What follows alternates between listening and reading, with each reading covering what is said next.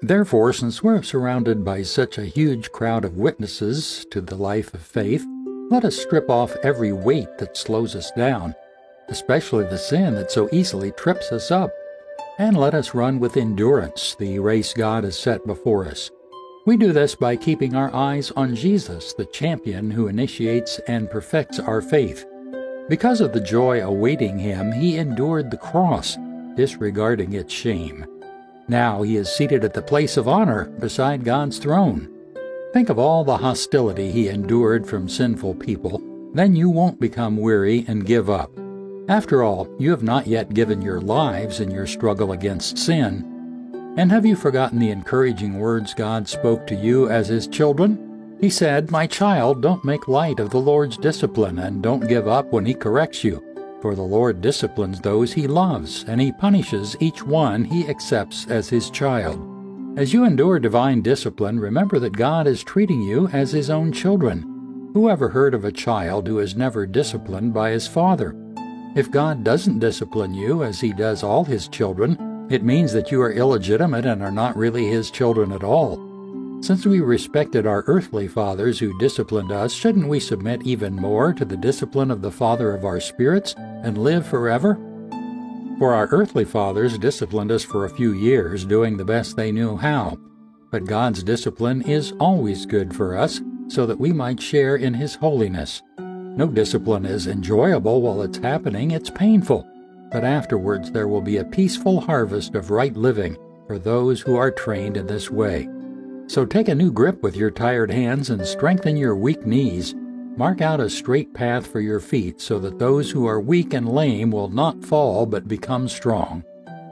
Work at living in peace with everyone, and work at living a holy life, for those who are not holy will not see the Lord. Look after each other so that none of you fails to receive the grace of God. Watch out that no poisonous root of bitterness grows up to trouble you, corrupting many.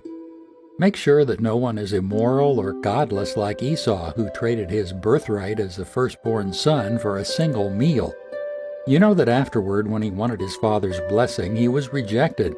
It was too late for repentance, even though he begged with bitter tears. You have not come to a physical mountain, to a place of flaming fire, darkness, gloom, and whirlwind as the Israelites did at Mount Sinai. For they heard an awesome trumpet blast and a voice so terrible that they begged God to stop speaking. They staggered back under God's command. Even if an animal touches the mountain, it must be stoned to death. Moses himself was so frightened at the sight, he said, "I am terrified and trembling."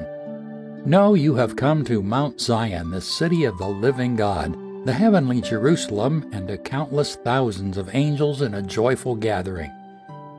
You have come to the assembly of God's firstborn children, whose names are written in heaven.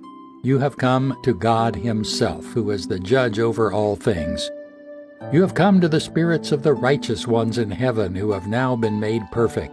You have come to Jesus, the one who mediates the new covenant between God and people, and to the sprinkled blood, which speaks of forgiveness instead of crying out for vengeance like the blood of Abel. Be careful that you do not refuse to listen to the one who is speaking.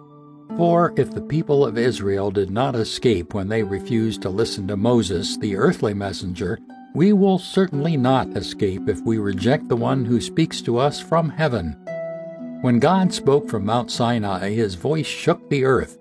But now he makes another promise. Once again I will shake not only the earth, but the heavens also. This means that all of creation will be shaken and removed, so that only unshakable things will remain. Since we are receiving a kingdom that is unshakable, let us be thankful and please God by worshiping him with holy fear and awe. For our God is a devouring fire.